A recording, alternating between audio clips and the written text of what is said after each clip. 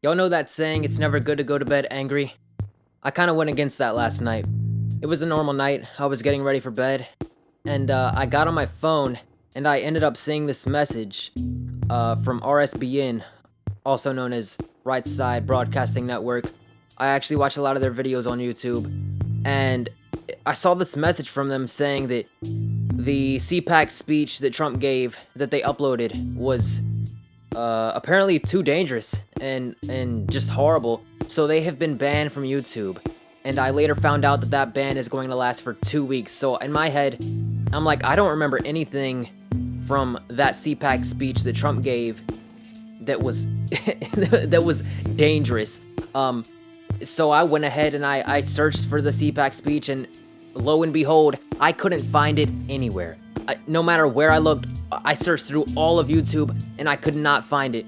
I mean, I guess they just like completely wiped Trump's speech away from YouTube. So then I went on to Google and I tried there, and I kept looking and I kept looking, and everything has just been deleted and banished until I finally found somewhere that had the full video, not deleted yet. I bet it will be. But I watched the entire thing, and the fact that this channel has gotten banned for simply uploading his speech is absolutely ridiculous. They're so ban happy now. They'll just start banning people left and right. Like, for example, right after I found that out, I noticed that somebody I was actually subscribed to also got banned that day for literally nothing at all. And this is obviously not just a YouTube thing. It's happened with Twitter. People get banned from Twitter, Instagram, and not even just a social media thing. They're not even trying to hide it. It's so blatant. There was a man who literally got on CNN and he said this quote right here: "We have to turn down the capability of these conservative influencers to reach these huge audiences. They don't like the fact that people can get on YouTube, or, well, any platform really, if they are conservative and reach so many people." Notice how he specified conservative. Not just anyone, but specifically conservatives. That's when it becomes problematic for this guy. So if a conservative does it, it's bad. But if someone who agrees with whatever you're saying, that's when it's okay. That's okay, but not if they're disagreeing with you, right? And then you take it a step further, and Parler comes out, right? Founded on the idea of free speech. But of course, they have to come by and ban that too. They don't want us to talk.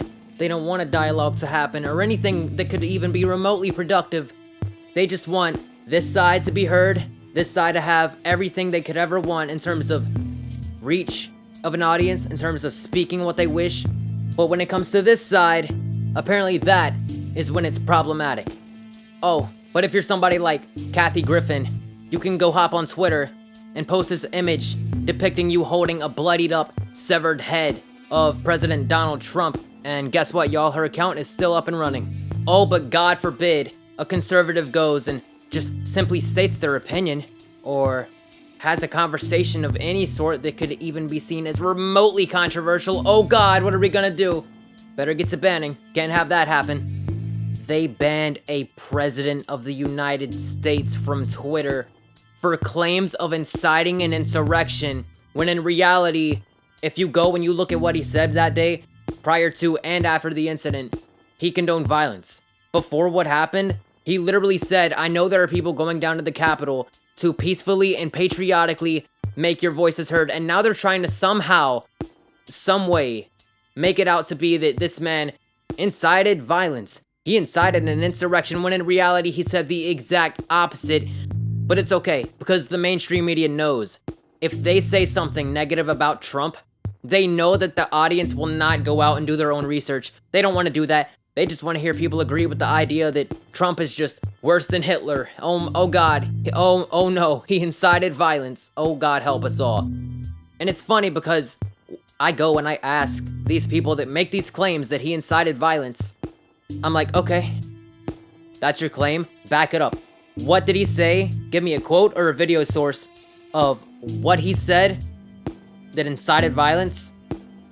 Otherwise, stop making the claim. If you cannot back it up, stop making the claim. And to this day, nearly 2 months after the incident happened, I have yet to hear one single response.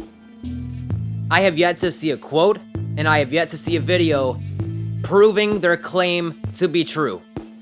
They can't do it. You wanna know why they can't do it? It's because that quote or that video does not exist. But also keep in mind the double standard in place.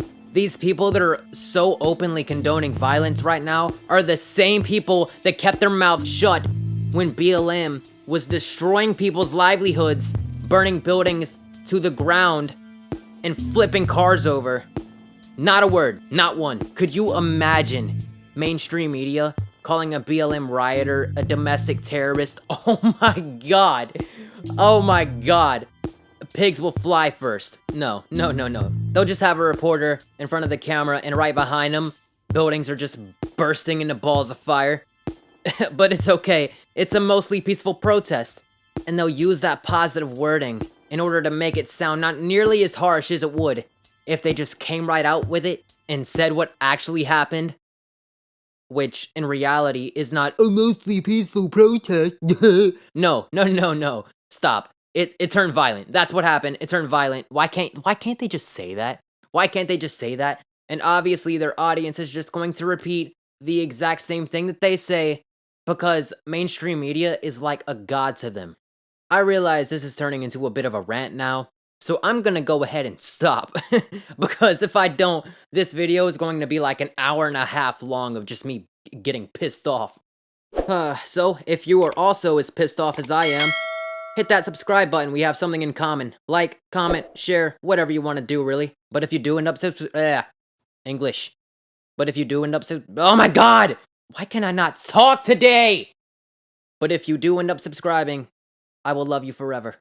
Alright, take it easy. I will see you guys in the next one, and yeah, have a good day. Snowflake Syndrome signing off.